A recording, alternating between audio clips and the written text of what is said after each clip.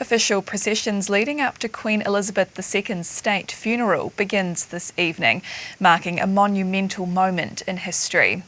At 5:30 p.m. our time, the lying in state period ends, and at 9:44 the coffin will be taken in procession on a gun carriage to Westminster Abbey.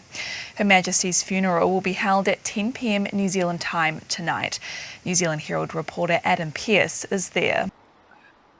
Well, we are just hours away here from seeing one of the most significant funerals in a lifetime, when Queen Elizabeth II will be farewelled and laid to rest. Now, official proceedings will start at about 6:30 a.m.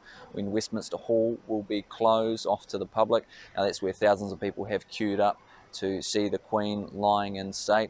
At about 8 a.m, Westminster Abbey will be open to the 2,000 odd guests that are invited.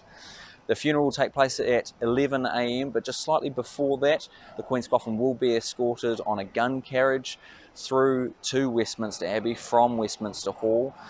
King Charles III and Princes Harry and William will walk behind the carriage as it's moved to the Abbey.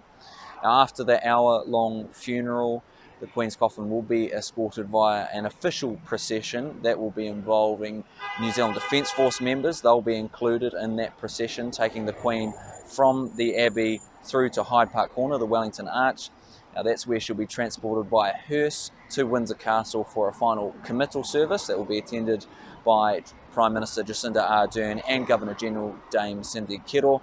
And then finally, there will be a private family members only service for those of the royal family.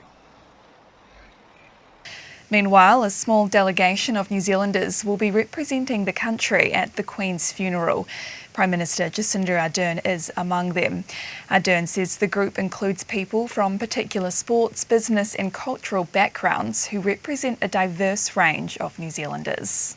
Obviously, as you've just seen, we've had the opportunity to bring together the representatives from New Zealand who will be attending Her Majesty's funeral tomorrow. Some will be in attendance due to the honours that they hold and at the special invitation of the palace to be part of the procession.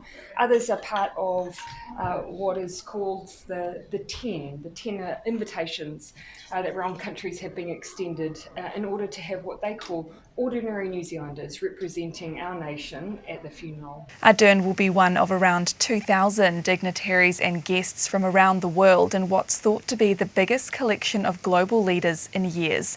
Meanwhile, as viewing of the Queen's coffin gets set to end late this afternoon, the end of the queue is right along past Tower Bridge.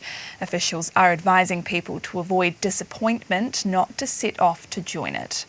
To stay up to date throughout the day, head to nzherald.co.nz and you can watch the Queen's funeral live there on Facebook and YouTube with coverage from 9 p.m. Thanks for checking out our YouTube channel. To stay up to date with all the latest news from the New Zealand Herald, click the subscribe button below or check out one of the videos here and head over to nzherald.co.nz for more details on these stories and more.